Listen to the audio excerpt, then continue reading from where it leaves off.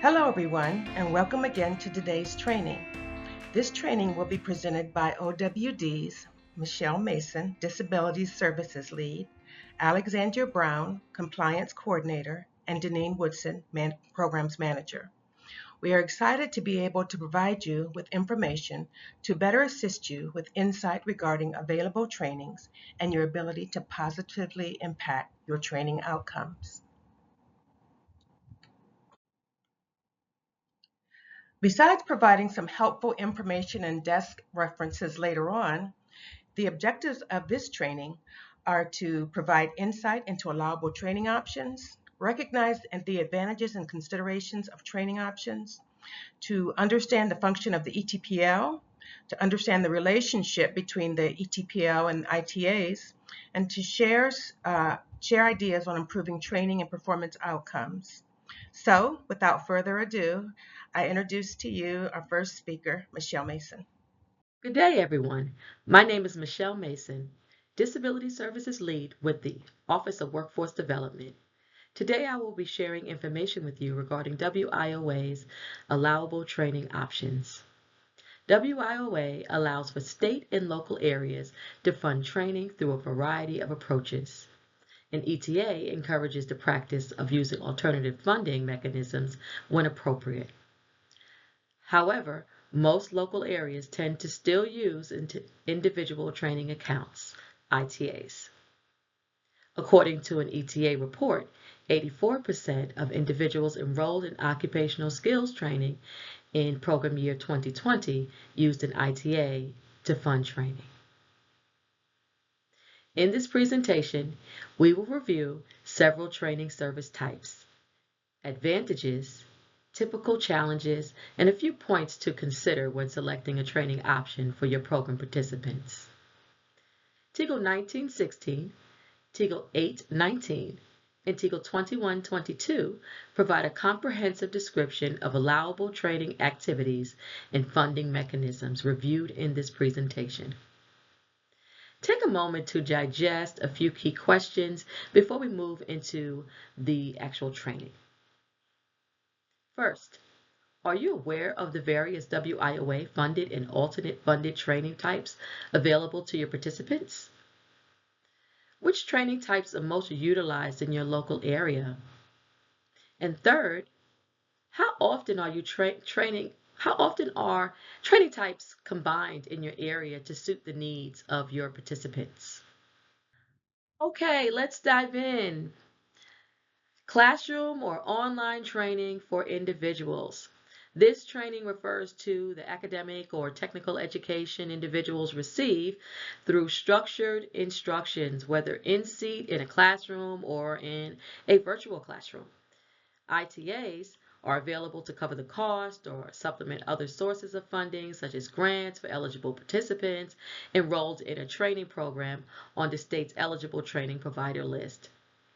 WIOA funds can also pay for supportive services participants need to enroll in and complete classroom training.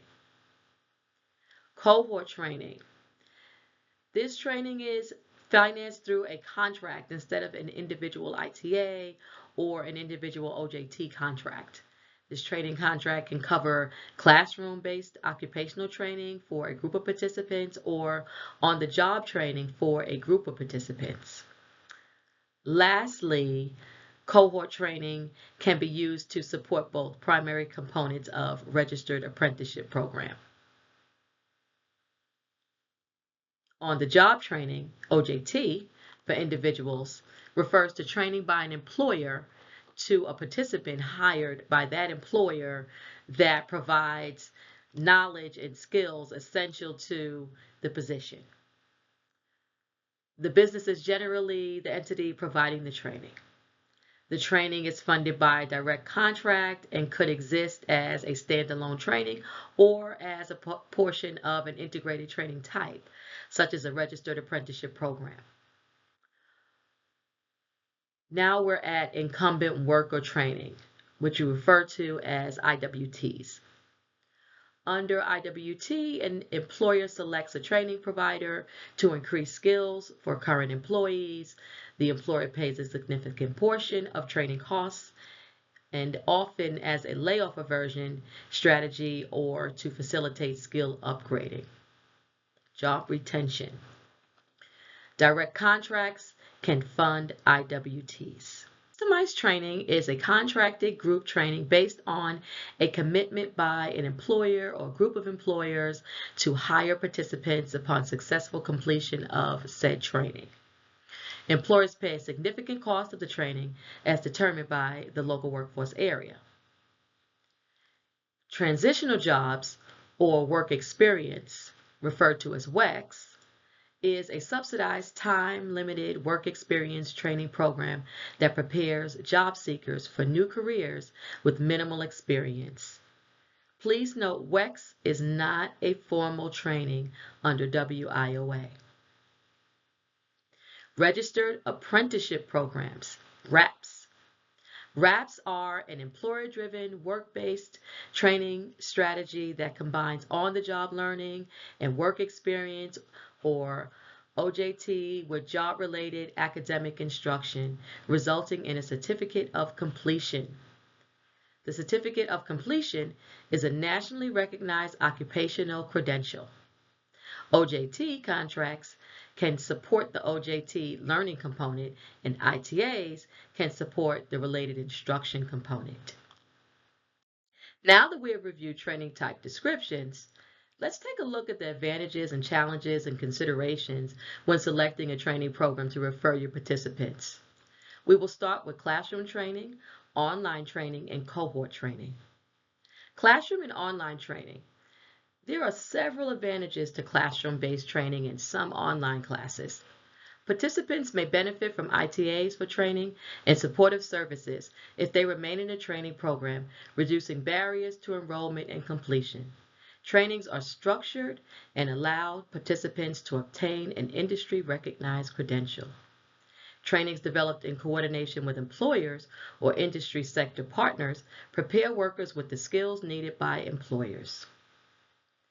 But there are also considerations. The availability of personalized learning is minimal with classroom training and online training. The curriculum is already set. Online training presents a number of considerations due in large part to the lack of face-to-face interaction. Keeping participants engaged and motivated can be a challenge. Participants may easily lose focus and lack time management skills. Participants are limited in their ability to collaborate with their peers. Cohort training. Consideration should be given to the limited amount of resources when training available to the participant when the training is not ITA funded. Recognition of a post-secondary credential could be a challenge.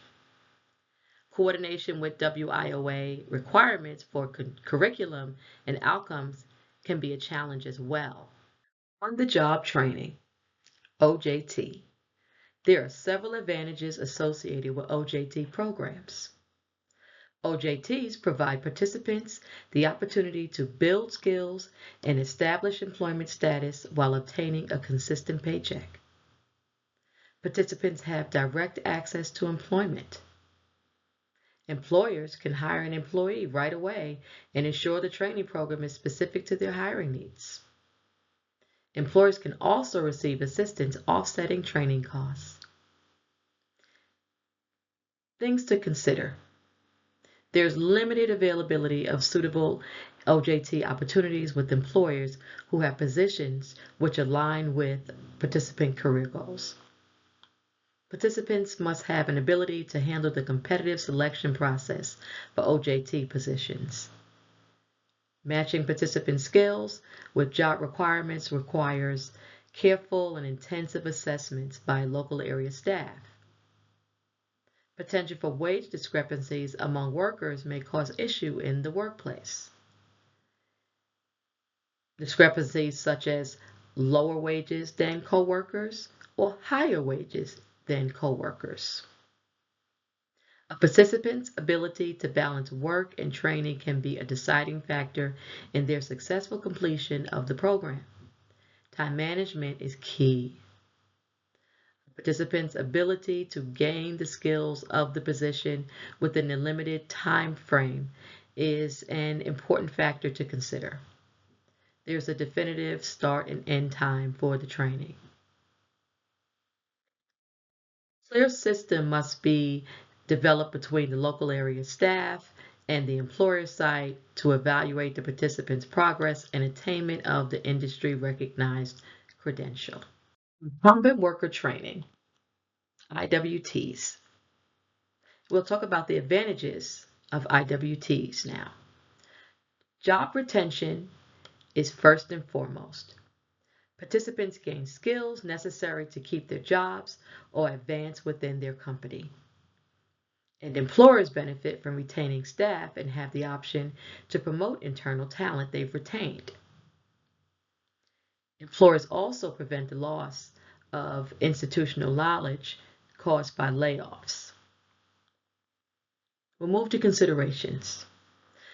The main consideration for IWTs is the financial limitation. Local areas may use up to 20% of their adult and dislocated worker funds to pay the federal share of the cost of incumbent worker training, enabling current workers to remain on the job while in training, which is strongly emphasized.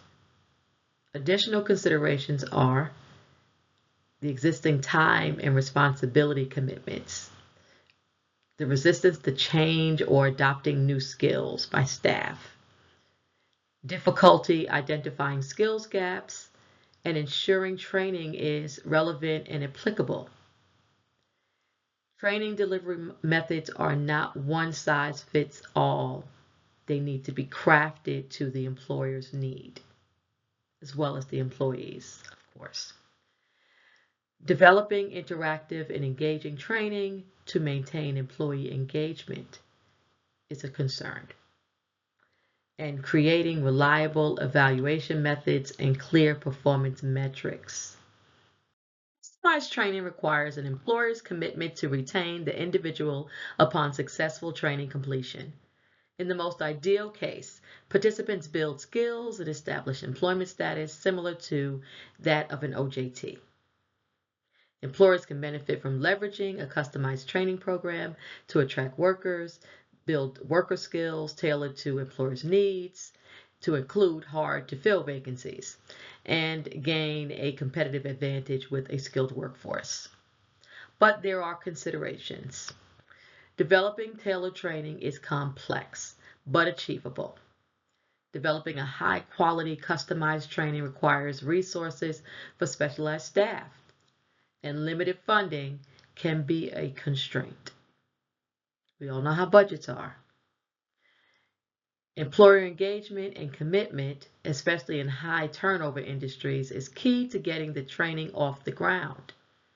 Competing schedules and commitments of participants may present a challenge in meeting the demands of the training schedule. Developing appropriate evaluation methods for customized training can be complex. Ensuring compliance with WIOA requirements is of a concern and can be challenging when monitoring a customized training. Work experience training, WEX. The advantages of WEX are exposure to the working world and responsibilities, paid or unpaid, planned and structured learning experience, a flexible schedule, including academic and occupational education, work sites which promote career pathways, and a stipend while going through training.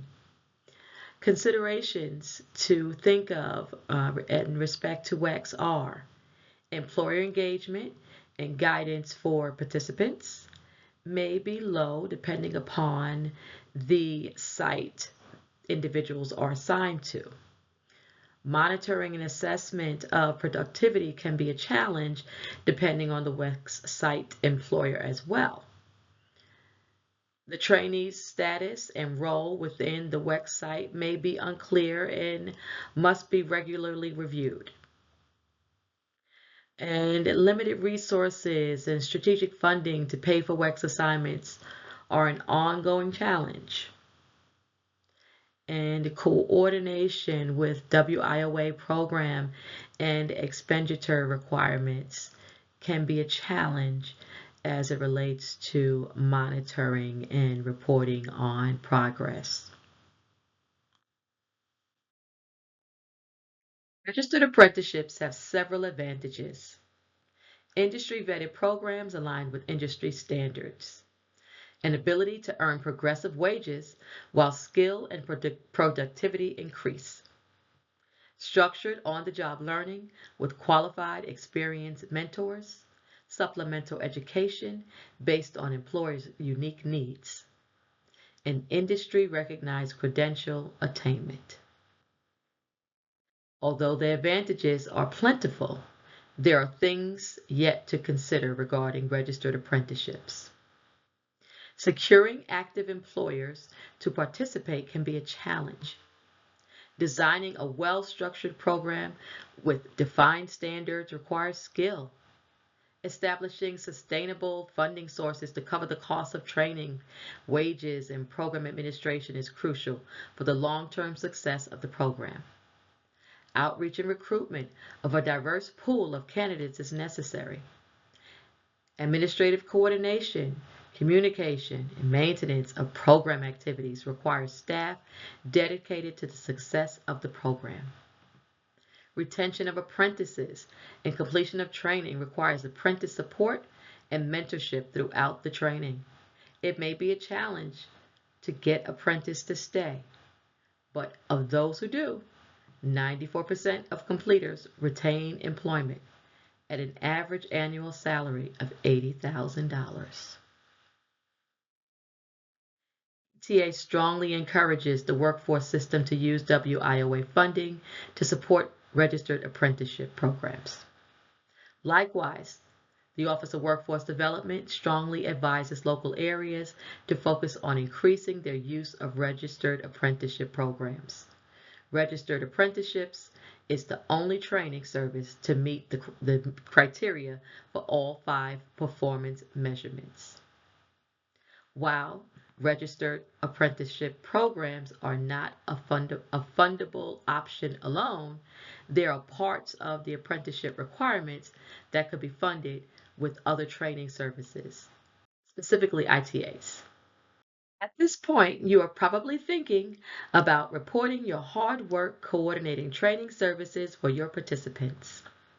We have pulled together an abbreviated list of adult and dislocated worker activity codes associated with reporting training services in the WorkSource Georgia portal. We hope this list will give you an idea of the codes you should be using to report your training services for your participants. As an example, we discussed customized training. The code for customized training is 304. It is a non-ITA occupational skills training. We also discussed on-the-job training. The code for on-the-job training is 301. It is an OJT. An expansion of this training services discussed in today's training can be located within the WorkSource Georgia Policy Manual. Policy 3.4.1, Adult and Dislocated Worker Training Services, and Policy 4.4.2, Eligible Programs for Training Services.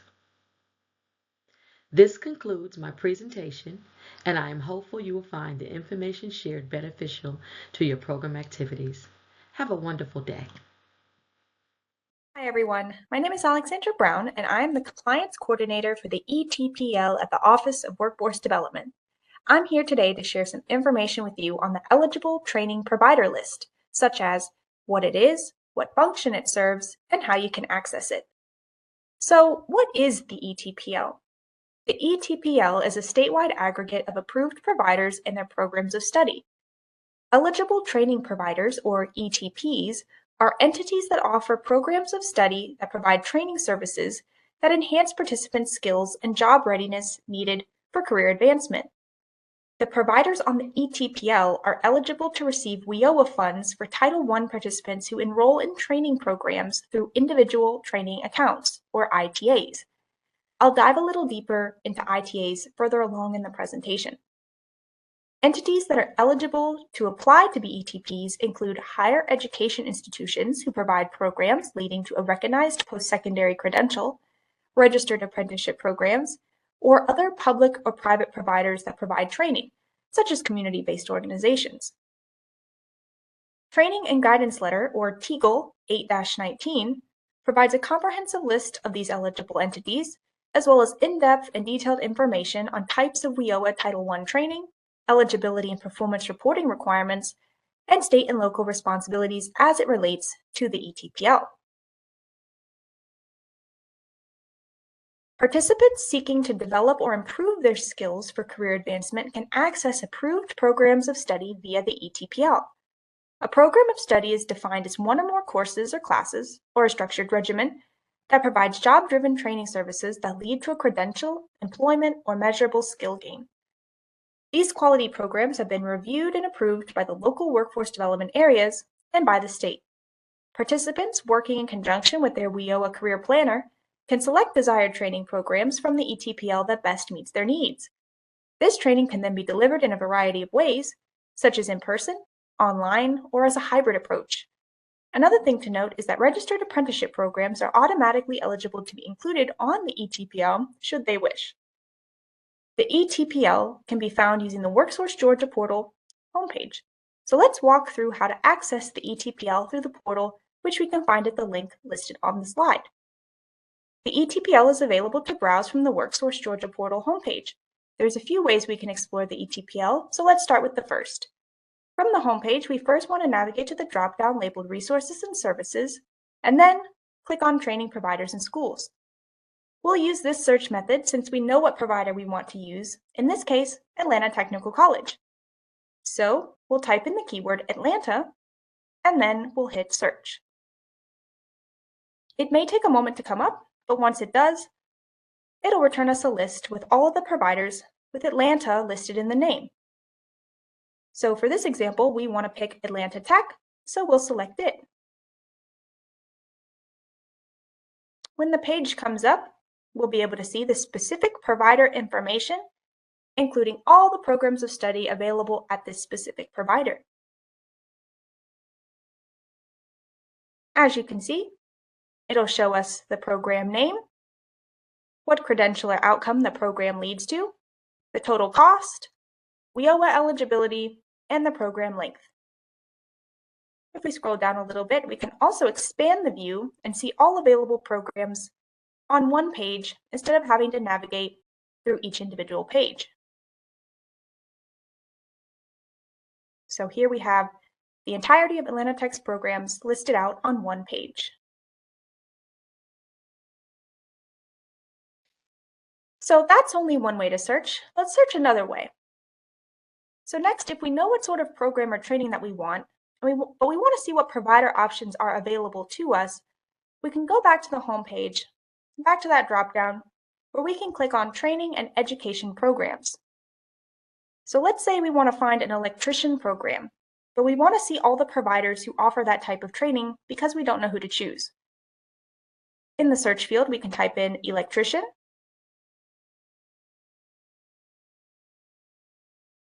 and then we can go down and hit search. Once it returns the search, it'll show us every program of study with electrician included in the name or is in some way related to electrical work.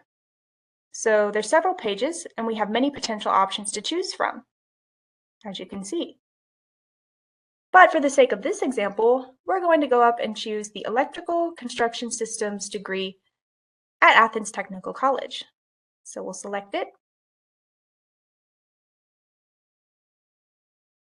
And when the page comes up, It'll show us the program summary that provides a description of the training and what a participant can ultimately expect to learn when participating in this program.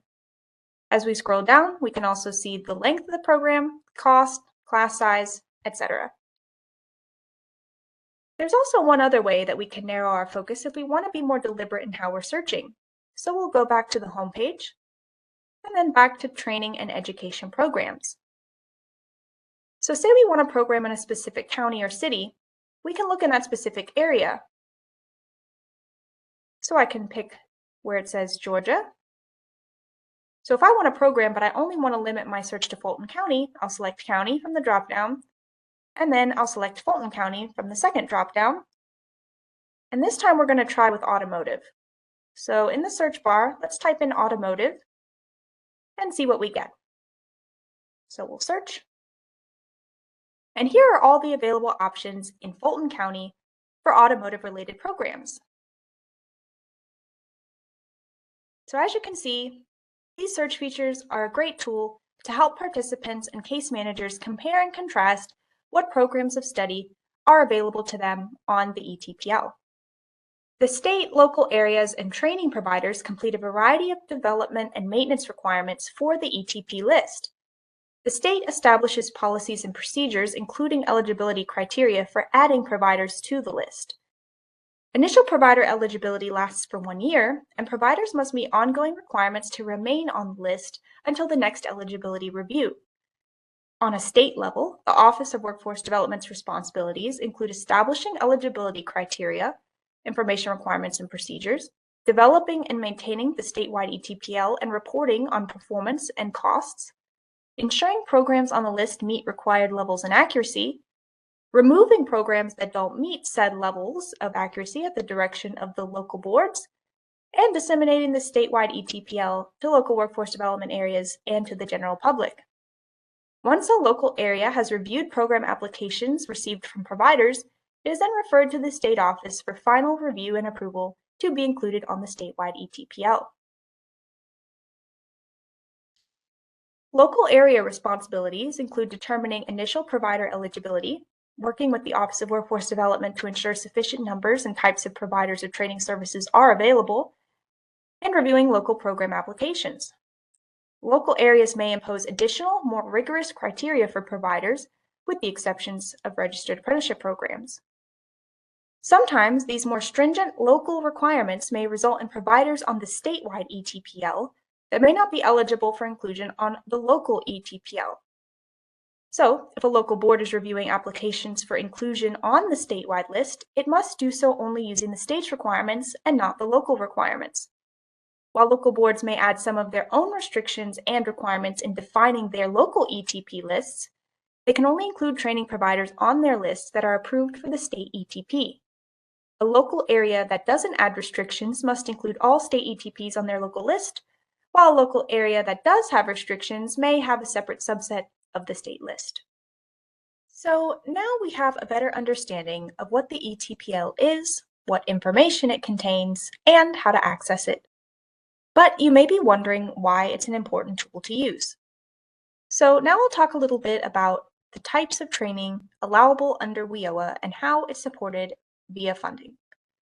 WIOA enables the use of various funding mechanisms for allowable participant training. This can include direct contracts for services or ITAs. A direct contract for training services with employers in the state or local area may be for things like on-the-job training, incumbent worker training, customized training, among others. A state or local area, if it's deemed appropriate, can also establish a contract with a higher education institution or other provider of training services for a cohort of WIOA participants who are training concurrently in in-demand occupations, so long as customer choice is not impeded. The ETPL is a valuable resource because it identifies to participants and to staff that the entities included on it have been vetted through a robust eligibility application process under WIOA.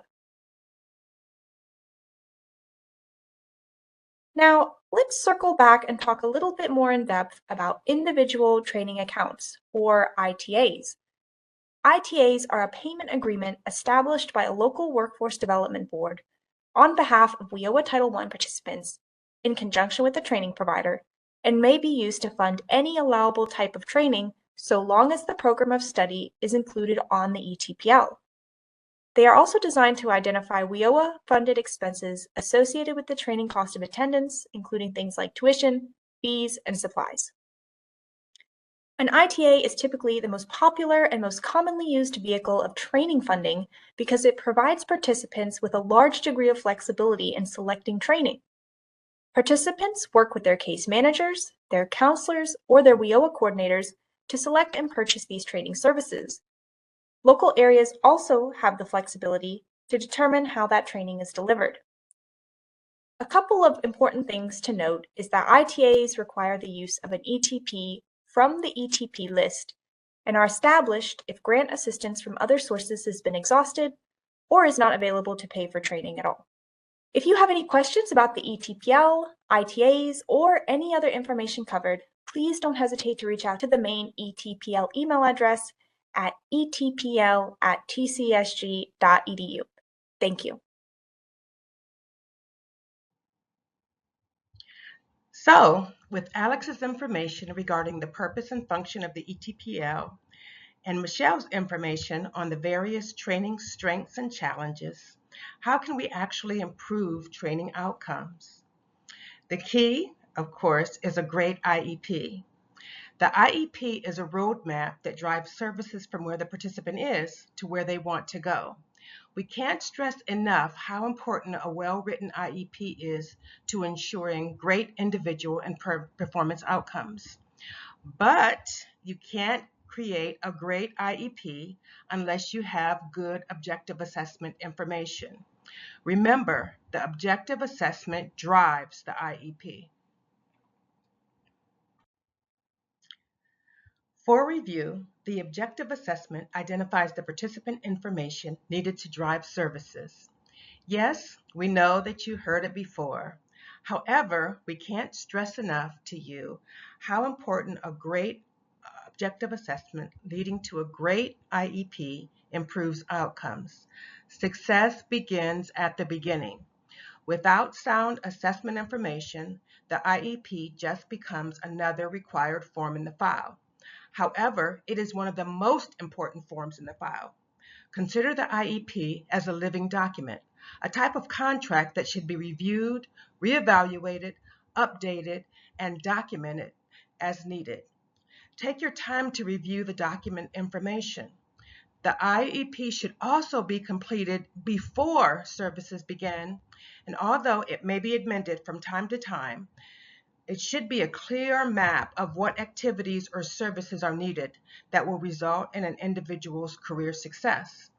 I specifically use the word career as we need to change our mindsets from helping the participant get a job to assisting them with obtaining a career. Careers move the needle on our program's positive outcomes and our customers' long-term financial status, while jobs typically meet temporary financial needs. So let's look again at the components of a great IEP. The IEP should consist of a sequence of specific solutions and activities to meet the individual's needs to attain short and long-term career goals. Anyone reviewing the case or working with a participant should be able to specifically understand where the individual is in their career pursuit and what the next step should be as they meet each goal. For example, in monitoring cases, we have noticed that if an individual enters the program and is already in school, sometimes the IEP only has 3 career goals: to complete training, meet attendance requirements, and find a full-time position. What about childcare, transportation, resume creation, and then follow-up? How are those issues being addressed since they were identified on the objective assessment? Although the expectation may be for the participant to meet those needs on their own, the reality is that those unmet needs could result in the inability to successfully complete training, resulting in a premature exit and a hit to your performance outcomes. Own it, include it, and address it early to increase the likelihood of your participant's success. Let's get back to training choices and outcomes. Remember, we discussed career goals. While developing the IEP, the case manager should explore career planning, specifically career planning, not just job search. Effective career planning means that we are supporting the right people in the right careers. Although an individual comes into the office with an acceptance letter to begin training at their local college, it doesn't mean that we should automatically jump into paying their tuition. Complete a comprehensive objective assessment before proceeding. Do the results support this mother of three's school-aged children in becoming a home health aide? Maybe, but have a real conversation about not only the pay, but also issues that may be barriers to success. Ensure that the necessary supports are documented and included on the IEP. What is the likelihood that the wages from the home health aide position will be substantial enough to support her family? Does she have the aptitude and resources to begin in the home health aide position and then pursue a nursing degree? Here are examples of conversations that can take place as you are assisting your customers with career planning. Look at the actions, and then look at conversations that you may be able to have to help strengthen the individual's ability to choose career paths as opposed to short-term positions.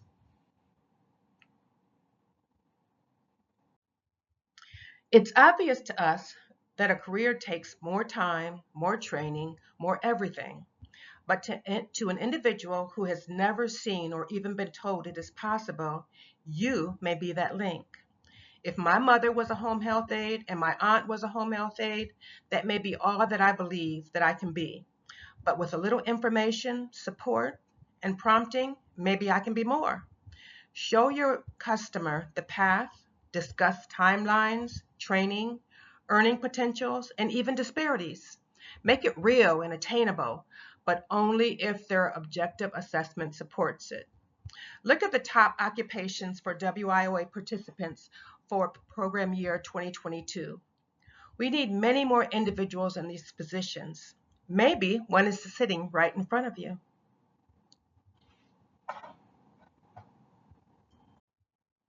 So how does this all relate to performance outcomes? Routinely, our local areas statewide have been meeting or exceeding our statewide goals. Congratulations. However, these goals are renegotiated by USDOL every year. Besides these performance measurements, USDOL also has a broad range of data used to analyze our individual and collective performance. The one indicator that Georgia is not currently meeting is, you guessed it, training completion rates, which currently stand at 78.4%. With a few more resources and a little more insight, we can increase those percentages. These rates impact our statewide outcomes, but what about our participants' outcomes? This graph depicts the analysis used by ETA's performance data to show outcomes for different population groups in the adult and dislocated worker programs. Notice the earning rates of individuals who don't attend training versus those who don't complete training versus those who successfully complete training. There's a huge difference in pay.